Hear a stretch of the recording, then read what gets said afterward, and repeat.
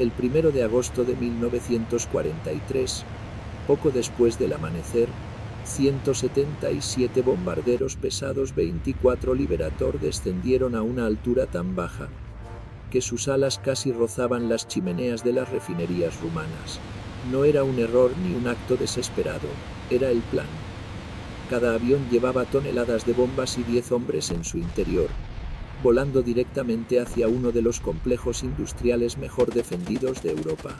En cuestión de minutos, el cielo sobre Ploiesti se llenó de fuego antiaéreo, humo negro y aviones en llamas cayendo como antorchas. ¿Por qué el alto mando estadounidense ordenó una misión que parecía un suicidio colectivo? ¿Y cómo pudo una operación tan heroica terminar dejando una pregunta aún más inquietante? ¿Por qué Alemania siguió teniendo combustible para luchar? En el verano de 1943, la Segunda Guerra Mundial había entrado en una fase crítica. Alemania ya no avanzaba con la velocidad fulminante de 1940. Pero seguía siendo una potencia militar formidable. Sus ejércitos combatían en múltiples frentes y, pese a las derrotas en Stalingrado y el norte de África, el Tercer Reich conservaba algo esencial para mantener viva su maquinaria bélica: combustible. Tanques, aviones, camiones y submarinos dependían de un flujo constante de petróleo refinado, y una parte desproporcionadamente grande de ese flujo provenía de un solo lugar: los campos petrolíferos y refinerías de Ploiesti en Rumanía. Desde antes de la guerra, Ploiesti era conocida como una de las capitales petroleras de Europa. Para 1943, sus refinerías producían alrededor de un tercio del combustible que consumía Alemania y sus aliados. Adolf Hitler lo sabía, y por eso ordenó proteger la zona como si fuera Berlín. Baterías antiaéreas, flak de todos los calibres rodeaban las instalaciones, apoyadas por globos cautivos, cazas de la Luftwaffe y un sistema defensivo diseñado para triturar cualquier ataque aéreo convencional. Para los planificadores aliados, aquello convertía a Ploiesti en un objetivo tan valioso como peligroso. En Washington y en los cuarteles de la Fuerza Aérea del Ejército de Estados Unidos se imponía una idea poderosa: si se podía cortar el suministro de combustible alemán, la guerra podría acortarse de forma drástica. Era una lógica industrial aplicada al campo de batalla. Sin gasolina, los tanques se convertirían en chatarra inmóvil y los cazas alemanes quedarían en tierra. Sin embargo, existía un problema. Los ataques a gran altitud habían demostrado ser imprecisos contra objetivos industriales complejos, y las refinerías podían ser reparadas con sorprendente rapidez si no se destruían sus componentes clave. Aquí entra en escena el 24 Liberator. Era un bombardero pesado de largo alcance, capaz de transportar una gran carga de bombas y volar miles de kilómetros. Estaba diseñado para atacar desde gran altura, aprovechando la velocidad y la formación cerrada para defenderse. Volar bajo, entre colinas, cables eléctricos y chimeneas industriales, iba contra toda su filosofía de diseño. Pero precisamente por eso, algunos planificadores creyeron que un ataque a ras de suelo podría tomar por sorpresa a los defensores, aumentar la precisión y destruir el corazón mismo de las refinerías. La operación recibió el nombre en clave de tidal wave, ola de marea, una metáfora que sugería un golpe repentino y devastador. En los mapas del alto mando, las líneas parecían claras y las cifras prometedoras, pero la guerra rara vez respeta los trazos limpios del papel. Lo que estaba a punto de suceder no sería solo una prueba de tecnología o de estrategia, sino una confrontación brutal entre suposiciones y realidad, entre el valor individual de los aviadores y los límites de la planificación humana. ¿Podía una sola misión cambiar el curso de una guerra industrial? La respuesta comenzaba a escribirse sobre el cielo ardiente de Ploiesti. A comienzos de 1943, el alto mando aliado buscaba algo más que victorias tácticas. Tras Stalingrado, la guerra había demostrado que Alemania podía sangrar, pero también que era capaz de resistir golpes devastadores sin colapsar. En Londres y Washington se hablaba cada vez más de una guerra de sistemas, una lucha no solo contra ejércitos, sino contra la capacidad industrial y logística que los mantenía en movimiento. En ese contexto, el petróleo se convirtió en una obsesión estratégica. Los informes señalaban una verdad incómoda. Alemania no tenía grandes reservas propias y dependía de fuentes externas. Y entre todas ellas, Ploiesti destacaba como un nodo crítico, una arteria que parecía demasiado expuesta como para no intentar cortarla. Sin embargo, esa lógica aparentemente sólida estaba construida sobre una serie de supuestos que rara vez se cuestionaron con suficiente rigor. El primero era la creencia de que la defensa alemana en Rumanía no sería tan densa ni tan coordinada como la del corazón del Reich. Se asumía que la distancia, la dispersión de las fuerzas alemanas y la idea de que los Balcanes eran un frente secundario jugarían a favor de los atacantes. En los informes de planificación, Ploiesti aparecía como un objetivo bien defendido, sí, pero no impenetrable. La sorpresa, pensaban, compensaría el riesgo. El segundo supuesto tenía que ver con la precisión. Los estrategas estadounidenses estaban convencidos de que el bombardeo a baja altura permitiría destruir componentes clave de las refinerías, torres de destilación, tuberías principales, estaciones de bombeo. No se trataba de arrasar todo el complejo, sino de golpear los puntos exactos que harían imposible una reparación rápida. En teoría, un ataque quirúrgico desde pocos metros de altura sería más eficaz que miles de bombas cayendo desde el cielo y dispersándose por error de cálculo o por el viento. El tercer supuesto era más humano que técnico, y quizá el más peligroso de todos. Se daba por hecho que las tripulaciones, bien entrenadas y motivadas, podrían ejecutar un plan extremadamente complejo bajo fuego enemigo constante. Cada piloto debía seguir rutas precisas, mantener formaciones cerradas y reaccionar a imprevistos sin romper la coherencia del ataque. En los ejercicios previos, los mapas eran claros y las órdenes concisas, pero nadie podía ensayar de verdad lo que significaba volar un bombardero pesado a ras del suelo, con el ruido ensordecedor de la artillería antiaérea y el miedo instalado en cada segundo. Mientras tanto, del otro lado, los alemanes no eran tan ingenuos como algunos planificadores aliados suponían. Hitler consideraba el petróleo rumano un recurso estratégico vital y había ordenado su defensa con una intensidad que contradecía la idea de un objetivo periférico. Las baterías Flak, alrededor de Ploiesti, estaban entre las más densas de Europa, con piezas de 88 milímetros, 37 milímetros y 20 milímetros capaces de crear verdaderos muros de fuego. A esto se sumaban cazas estacionados en aeródromos cercanos y un sistema de alerta que, aunque imperfecto, estaba lejos de ser inexistente. La ironía es que parte de la confianza aliada se basaba en éxitos previos que no eran del todo comparables. Ataques anteriores contra objetivos industriales habían demostrado que el valor individual y la sorpresa podían producir resultados espectaculares. Pero Ploiesti no era una fábrica aislada ni un puerto secundario. Era un complejo industrial integrado, diseñado para resistir y adaptarse. Los ingenieros alemanes habían previsto daños, habían preparado planes de emergencia y contaban con mano de obra especializada capaz de trabajar día y noche para restaurar lo esencial. En los meses previos a la misión, las tripulaciones del 24 entrenaron intensamente en el norte de África. Volaban a baja altura sobre desiertos y campos abiertos, aprendiendo a mantener formaciones cerradas y a identificar objetivos simulados. Desde el aire, todo parecía manejable. Pero el desierto no tenía chimeneas, ni cables eléctricos, ni ciudades alrededor de los blancos. Tampoco tenía baterías antiaéreas ocultas tras edificios o colinas. Cada entrenamiento reforzaba la sensación de que la misión era peligrosa, sí, pero posible. La planificación de Tidal Wave reflejaba una tensión constante entre audacia y necesidad.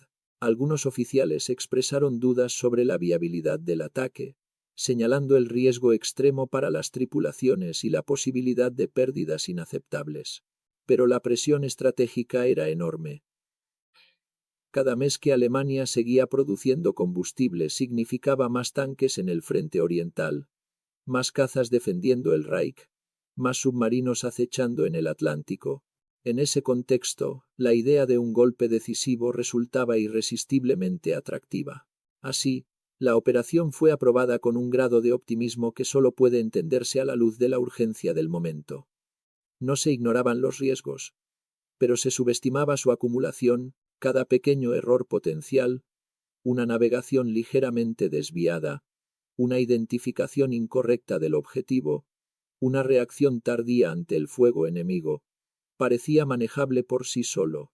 Nadie calculó con precisión lo que ocurriría cuando todos esos factores se combinaran en el mismo espacio y tiempo.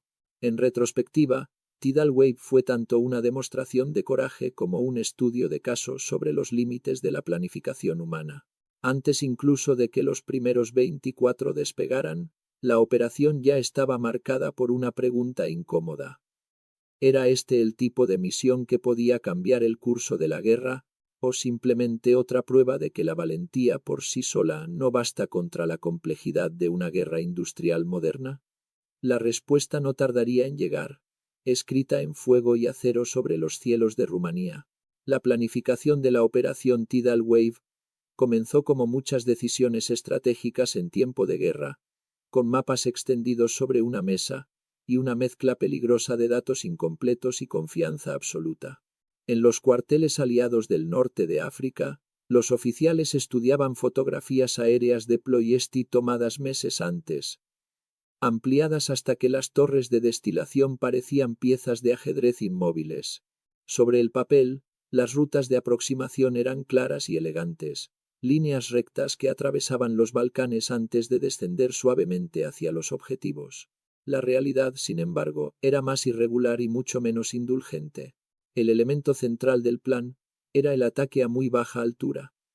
Volar por debajo del alcance óptimo de los radares y sorprender a las defensas antiaéreas parecía una idea brillante. A esa altitud, los bombarderos podrían identificar visualmente sus blancos y soltar las bombas con una precisión inédita. Para reforzar la sorpresa, se decidió que la formación se dividiría en varias fuerzas de tarea, cada una asignada a una refinería específica. En teoría, el golpe sería simultáneo y devastador, como una ola rompiendo en varios puntos a la vez. Pero esa decisión transformó cada 24 en un blanco vulnerable. El Liberator no estaba diseñado para ese tipo de vuelo. Con una envergadura enorme y motores potentes pero delicados, maniobrar a baja altura exigía una concentración extrema. Cualquier error de cálculo podía ser fatal. Además, a ras de suelo, la artillería antiaérea ligera, los cañones de 20 y 37 milímetros, se volvía letal. No disparaban para asustar ni para dispersar, sino para destruir, y lo hacían con una cadencia que llenaba el aire de fragmentos de acero. Aún así, el plan siguió adelante. La distancia desde las bases en Libia hasta Ploiesti era de más de 2000 kilómetros de ida y vuelta, al límite del alcance operativo del 24. Eso significaba que no habría margen para desviaciones importantes ni para largos combates aéreos. Cada litro de combustible contaba, y cada minuto perdido aumentaba el riesgo de no regresar. En las reuniones de planificación, se hablaba de cifras y trayectorias, pero rara vez del agotamiento humano que implicaría una misión tan larga y tensa. Las tripulaciones fueron instruidas con un nivel de detalle casi obsesivo. Cada piloto memorizó puntos de referencia, giros exactos, alturas y velocidades. Se les mostraron maquetas de las refinerías y se les explicó qué estructuras debían ser destruidas y cuáles debían evitarse. En los breves momentos de descanso, los hombres hablaban en voz baja sobre lo que les esperaba. Algunos confiaban en el plan, otros dudaban en silencio. Todos sabían que no era una misión ordinaria. Un aspecto crítico fue la navegación. Para mantener la sorpresa, los bombarderos debían volar sin escolta de cazas durante la mayor parte del trayecto. Eso significaba confiar plenamente en la coordinación y en la navegación precisa. Un pequeño error al inicio podía multiplicarse con cada kilómetro recorrido. En los mapas, los ríos y las ciudades servían como guías claras. Desde el aire, a baja altura y alta velocidad, podían convertirse en trampas engañosas. Mientras tanto, los defensores alemanes afinaban sus propias preparaciones. Aunque no conocían los detalles de Tidal Wave, eran conscientes de que Ploiesti era un objetivo prioritario. Las baterías flak estaban camufladas entre edificios, colinas y estructuras industriales. Muchas piezas estaban diseñadas específicamente para disparar contra blancos bajos y rápidos. La sorpresa que tanto se esperaba del lado aliado estaba lejos de ser absoluta. La noche anterior a la misión, los pilotos recibieron las órdenes finales. El ambiente en los barracones era tenso, casi irreal. Algunos escribieron cartas apresuradas, otros revisaron por enésima vez sus equipos. Cuando los motores comenzaron a rugir al amanecer, no había discursos grandilocuentes ni música heroica. Solo el sonido metálico de la maquinaria y la conciencia compartida de que muchos no regresarían. En retrospectiva, la planificación de Tidal Wave revela una paradoja central de la guerra moderna. Para lograr un efecto estratégico decisivo, se apostó por una solución táctica extremadamente arriesgada. Cada capa del plan dependía de que la anterior funcionara a la perfección. No había redundancia real ni un plan alternativo viable si algo salía mal. La operación estaba diseñada para triunfar de forma espectacular o fracasar de manera costosa. Esa fragilidad estructural se haría evidente muy pronto. Bastaba un error humano, una interpretación distinta de un punto de referencia, o una reacción instintiva, bajo fuego enemigo para desencadenar una cadena de acontecimientos imposible de detener. El destino de la misión ya no dependía solo de mapas y órdenes, sino de decisiones tomadas en segundos, a pocos metros del suelo, con la vida de 10 hombres en juego en cada avión. Y esas decisiones comenzarían a poner a prueba todo lo que la planificación había dado por sentado. El amanecer del 1 de agosto de 1943 encontró a las tripulaciones exhaustas, incluso antes de entrar en combate. Tras horas de vuelo desde las bases en Libia, los 24 avanzaban en silencio relativo, con los motores rugiendo de forma constante, y los hombres atrapados en sus propios pensamientos. El cansancio se mezclaba con la tensión. Cada reloj, cada brújula, cada punto de referencia adquiría una importancia desmesurada. En ese punto del trayecto, todavía existía la ilusión de que el plan podía funcionar exactamente como había sido concebido. La formación descendió gradualmente al aproximarse a Rumanía. Los bombarderos comenzaron a volar tan bajo que los pilotos podían distinguir campos, carreteras y pequeños pueblos. Era una altura antinatural para aviones de ese tamaño y el margen de error se reducía a segundos. Un giro mal calculado podía significar estrellarse contra una colina. Una subida tardía convertirse en un blanco perfecto para la artillería. Aún así, la disciplina se mantenía. Los líderes de grupo confiaban en que la sorpresa seguía intacta. Fue entonces cuando aparecieron los primeros signos de que algo no iba según lo previsto. Un error de navegación, pequeño en apariencia, hizo que parte de la formación identificara mal un punto de referencia clave. Un río confundido con otro, una ciudad que parecía la indicada desde el aire. En cuestión de minutos, el orden meticulosamente planificado comenzó a descomponerse. Algunos grupos giraron antes de tiempo. Otros siguieron adelante sin saber que se estaban separando del eje principal del ataque. Lo que en el papel era una coreografía perfecta se transformó en una improvisación peligrosa. Cuando los primeros 24 se aproximaron a las refinerías, la sorpresa se evaporó. Las defensas alemanas despertaron de golpe. Las baterías flak comenzaron a disparar casi a quemarropa, llenando el aire de explosiones y metralla. A esa altura no había tiempo para maniobras evasivas complejas. Los proyectiles atravesaban fuselajes, arrancaban alas, incendiaban motores. Aviones que segundos antes volaban en formación, se convirtieron en bolas de fuego que caían sobre las instalaciones industriales y los campos circundantes. Dentro de los bombarderos, el caos era absoluto. El ruido de la artillería se mezclaba con el de los motores dañados y los gritos de los tripulantes heridos. Los pilotos luchaban por mantener el control mientras los navegantes intentaban en vano confirmar posiciones. Algunos artilleros seguían disparando por reflejo, aunque sabían que los cazas enemigos no eran la amenaza principal. El verdadero enemigo estaba en el suelo, invisible hasta el momento del impacto. A pesar de todo, muchos bombarderos alcanzaron sus objetivos.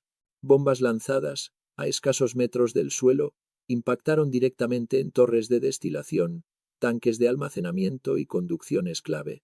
Las refinerías estallaron en llamas y columnas de humo negro se elevaron cientos de metros, oscureciendo el cielo. Desde cierta distancia podía parecer un éxito rotundo. Pero el precio era evidente. Cada acierto iba acompañado de pérdidas que se acumulaban con rapidez alarmante. Algunos pilotos, enfrentados a daños críticos, tomaron decisiones desesperadas. Hubo quienes intentaron ganar altura para escapar, solo para ser alcanzados por la artillería pesada. Otros trataron de aterrizar de emergencia en campos o carreteras, arriesgándose a capturas o muertes inmediatas. En varios casos, los aviones siguieron volando aún con partes del fuselaje en llamas, impulsados por la voluntad de no abandonar a los compañeros ni la misión. La sensación de desorientación se agravó a medida que el humo cubría los puntos de referencia visuales. Las rutas de salida se volvieron tan peligrosas como la aproximación. Los 24 supervivientes debían atravesar de nuevo un espacio saturado de fuego antiaéreo, ahora completamente alerta. La sorpresa había desaparecido por completo, y cada kilómetro recorrido parecía una eternidad. En tierra los defensores alemanes observaban con una mezcla de sorpresa y determinación. Pocas veces habían visto bombarderos tan grandes volar tan bajo. Pero la reacción fue rápida y brutal. Las defensas demostraron que no estaban diseñadas solo para disuadir, sino para destruir. Para ellos la batalla se libraba a segundos de distancia, con blancos enormes y visibles que parecían avanzar directamente hacia sus cañones. Cuando finalmente los bombarderos comenzaron a retirarse, el cielo sobre Ploiesti era un escenario de devastación. Aviones caídos, refinerías en llamas y un silencio extraño que seguía a la tormenta de fuego. Para las tripulaciones que lograron escapar, la misión no había terminado. Aún les quedaba el largo vuelo de regreso, con aviones dañados, combustible justo y hombres heridos a bordo. Cada hora añadía una nueva capa de agotamiento y miedo. El regreso fue una procesión irregular de supervivientes. Algunos aterrizaron en bases aliadas. Otros se vieron obligados a descender en territorios neutrales o enemigos. A medida que los informes comenzaron a llegar, la magnitud de las pérdidas se hizo evidente. Decenas de aviones no habían vuelto. Cientos de hombres estaban muertos, heridos o capturados. La pregunta que flotaba en el aire era tan pesada como el humo que aún se elevaba de Ploiesti. ¿Había valido la pena? En ese momento nadie tenía una respuesta clara. Las refinerías ardían, sí, pero la guerra no se decide en un solo día, ni en un solo ataque. Para los hombres que habían sobrevivido, Tidal Wave ya era una experiencia grabada para siempre. Para los planificadores comenzaba una fase aún más incómoda. Medir resultados, justificar pérdidas y enfrentar la posibilidad de que el heroísmo individual no hubiera sido suficiente para alcanzar el objetivo estratégico deseado. La historia de la operación estaba lejos de terminar y sus consecuencias apenas empezaban a desplegarse. Cuando los últimos 24 supervivientes tocaron tierra horas después del ataque, la operación Tidal Wave ya había entrado en una fase incómoda y silenciosa, la de los balances. En los aeródromos del norte de África, los oficiales contaban aviones que no regresaban y tripulaciones incompletas que descendían de fuselajes agujereados. De los 177 bombarderos que habían partido al amanecer, más de 50 no volvieron. Cientos de hombres estaban muertos, heridos o prisioneros. En términos de pérdidas era una de las misiones más costosas jamás realizadas por la Fuerza Aérea del Ejército de Estados Unidos hasta ese momento. Las cifras eran imposibles de ignorar. Aproximadamente un tercio de la fuerza atacante había sido destruida o gravemente dañada. Para muchas tripulaciones la supervivencia había dependido de decisiones tomadas en fracciones de segundo y de una suerte que parecía arbitraria. En los informes iniciales el heroísmo individual dominaba la narrativa. Pilotos que mantuvieron el rumbo con los motores en llamas. Artilleros que siguieron disparando hasta quedarse sin munición. Navegantes que intentaron corregir errores bajo una lluvia de metralla. Pero más allá de esos relatos humanos surgía una pregunta estratégica que nadie quería formular en voz alta demasiado pronto. Los primeros informes de daños sugerían un éxito significativo. Varias refinerías estaban en llamas. Algunas instalaciones clave habían sido alcanzadas, y la producción de combustible se había detenido temporalmente. Desde el aire la destrucción había parecido total. Fotografías tomadas después del ataque mostraban columnas de humo negro visibles a decenas de kilómetros. Para algunos mandos aquello era la prueba de que el sacrificio había valido la pena. Sin embargo, esa impresión inicial comenzó a erosionarse a medida que llegaban evaluaciones más detalladas. En cuestión de días los servicios de inteligencia aliados descubrieron una realidad menos reconfortante. Aunque los daños eran reales, no eran decisivos. Las refinerías de Ploiesti no habían quedado fuera de combate por un periodo prolongado.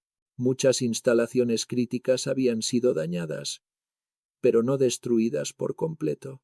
Los ingenieros alemanes y rumanos, preparados desde hacía tiempo para este tipo de contingencias, comenzaron las reparaciones casi de inmediato.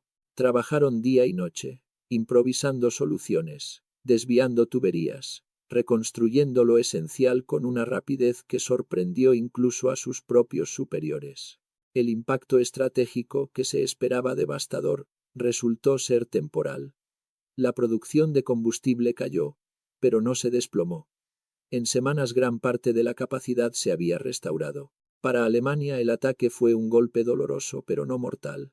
Para los planificadores estadounidenses fue un choque frontal con una verdad incómoda. Habían subestimado la resiliencia de un sistema industrial diseñado para sobrevivir bajo ataque. Este contraste entre sacrificio y resultado generó tensiones dentro del mando aliado. Algunos defendieron la operación como una demostración necesaria de determinación y alcance. Otros comenzaron a cuestionar la lógica de misiones únicas de alto riesgo contra objetivos complejos. La idea de que una sola operación, por audaz que fuera, pudiera paralizar una economía de guerra moderna empezaba a parecer ingenua. La guerra industrial no se rendía ante un golpe espectacular, sino ante una presión constante y acumulativa. Para las tripulaciones que habían sobrevivido estas discusiones estratégicas tenían un tono amargo. Muchos se enteraron de los resultados reales semanas después, cuando la adrenalina había desaparecido, y las heridas recordaban el precio pagado. Saber que el enemigo había recuperado rápidamente gran parte de su capacidad productiva provocó una mezcla de frustración y desilusión. El valor no estaba en duda, pero su impacto sí. Del lado alemán la reacción fue igualmente reveladora. El ataque confirmó los temores de Hitler sobre la vulnerabilidad de Ploiesti y reforzó la prioridad de su defensa. Se incrementaron aún más las baterías antiaéreas, y se reforzó la coordinación con la Luftwaffe. Paradójicamente, Tidal Wave hizo que el objetivo fuera aún más difícil de atacar en el futuro. La sorpresa, el principal aliado de la misión, se había perdido para siempre. En términos doctrinales el impacto fue profundo. Ploiesti se convirtió en un caso de estudio inmediato dentro de la Fuerza Aérea estadounidense. Se analizaron los errores de navegación, las suposiciones incorrectas sobre las defensas y la vulnerabilidad de los bombarderos a baja altura. Poco a poco se consolidó la idea de que el bombardeo estratégico debía ser sostenido, sistemático y apoyado por una superioridad aérea clara. No bastaba con llegar al objetivo. Había que volver una y otra vez hasta quebrar su capacidad de recuperación. Así el verdadero legado inmediato de Tidal Wave no fue la destrucción de las refinerías, sino el cambio de mentalidad que provocó. La operación había demostrado hasta dónde podía llegar el coraje humano, pero también había expuesto los límites de la audacia sin redundancia estratégica. La pregunta que flotaba tras el humo disipándose sobre Rumanía ya no era solo si había valido la pena, sino qué lecciones debía extraer una potencia industrial que estaba aprendiendo a un costo terrible cómo se ganan las guerras modernas. Para comprender plenamente el significado de Tidal Wave, es necesario sacarla del aislamiento del 1 de agosto de 1943 y compararla con otros intentos de la guerra por golpear el corazón industrial del enemigo. En ese ejercicio comparativo, Ploiesti deja de ser solo una misión trágica y heroica, para convertirse en una lección estructural sobre cómo funciona y cómo no funciona la guerra industrial moderna.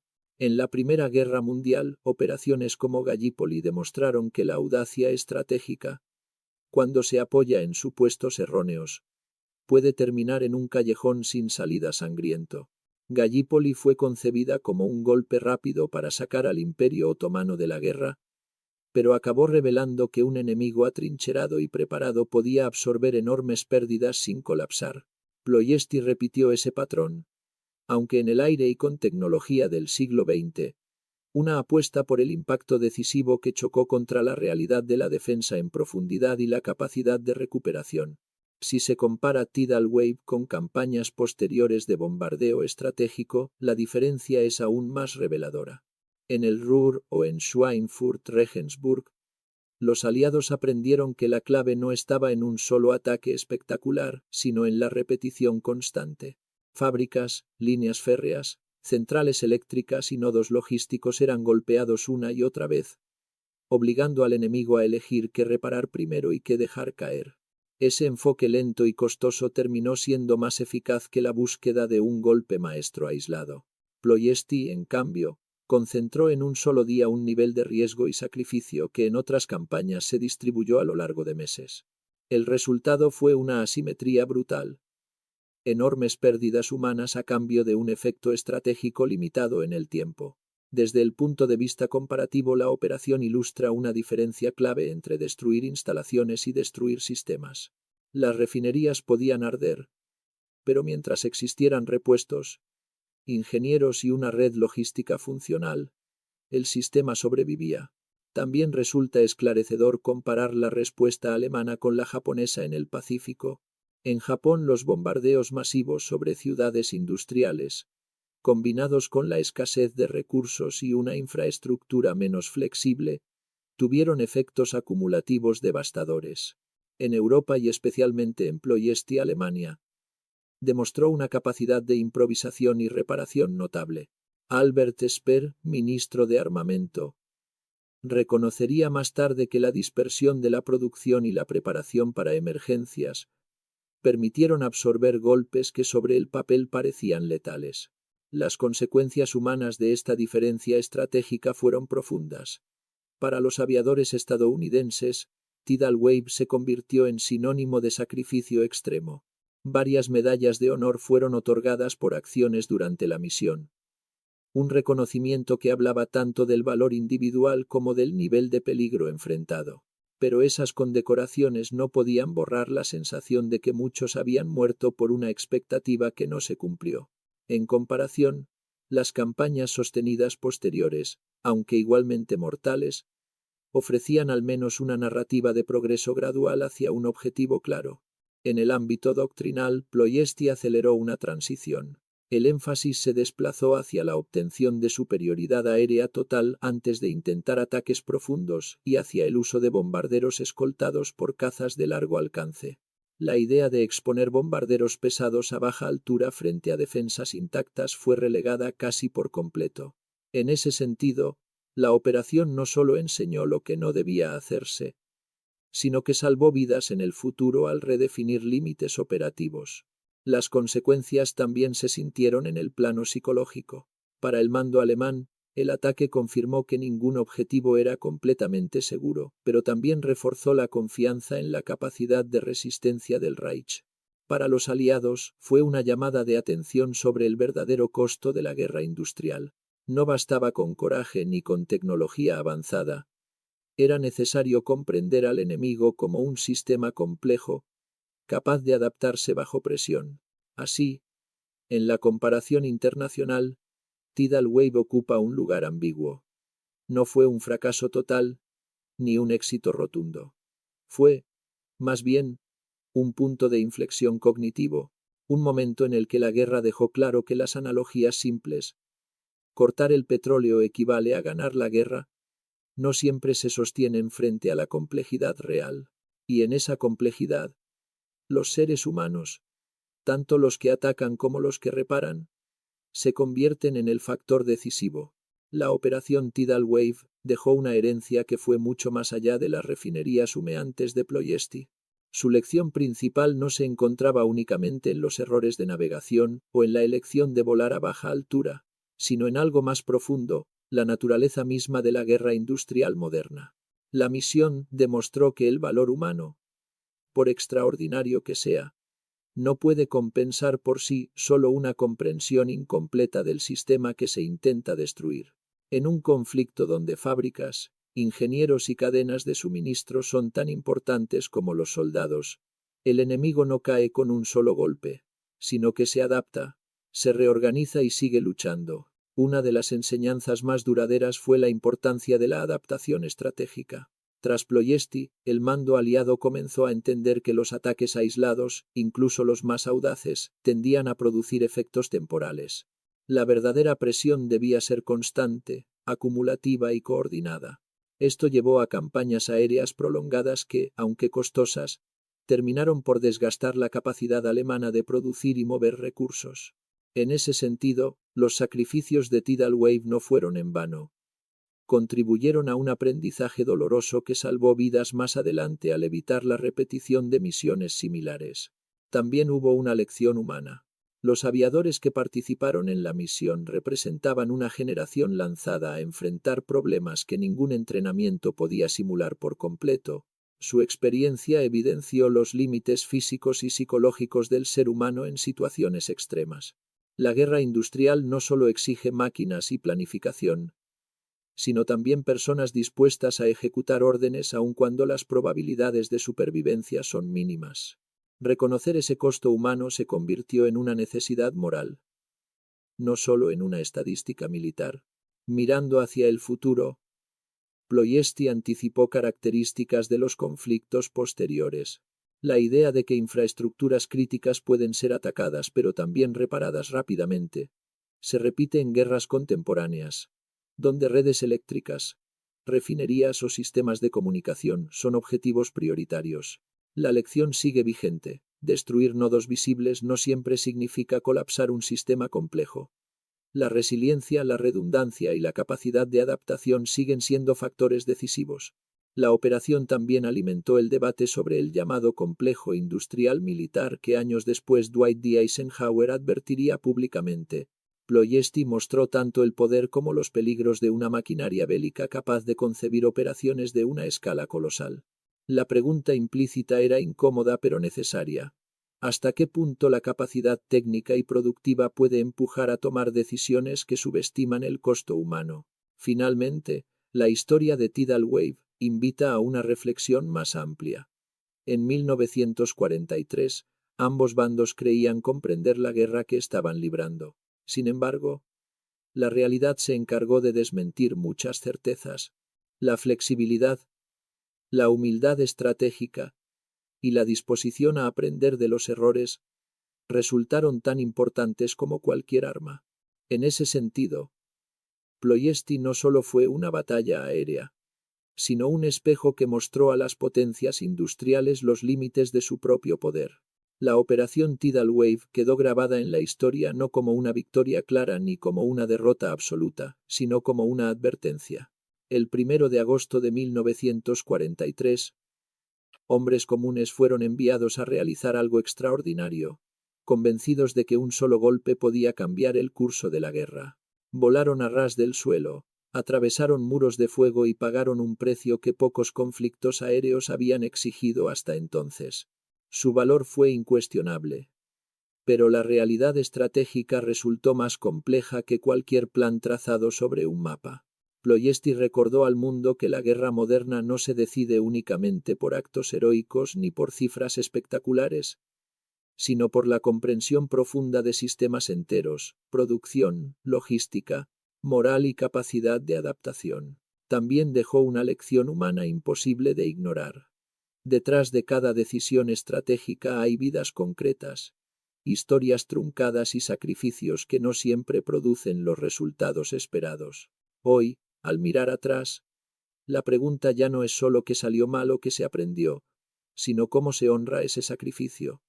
Comprender estas historias, debatirlas y compartirlas es una forma de hacerlo, porque al final, la historia no pertenece solo a los vencedores, sino también a quienes pagaron el precio más alto para que el mundo aprendiera, a través del error y la pérdida, cómo se forjan y cómo se cuestionan las grandes decisiones de la humanidad.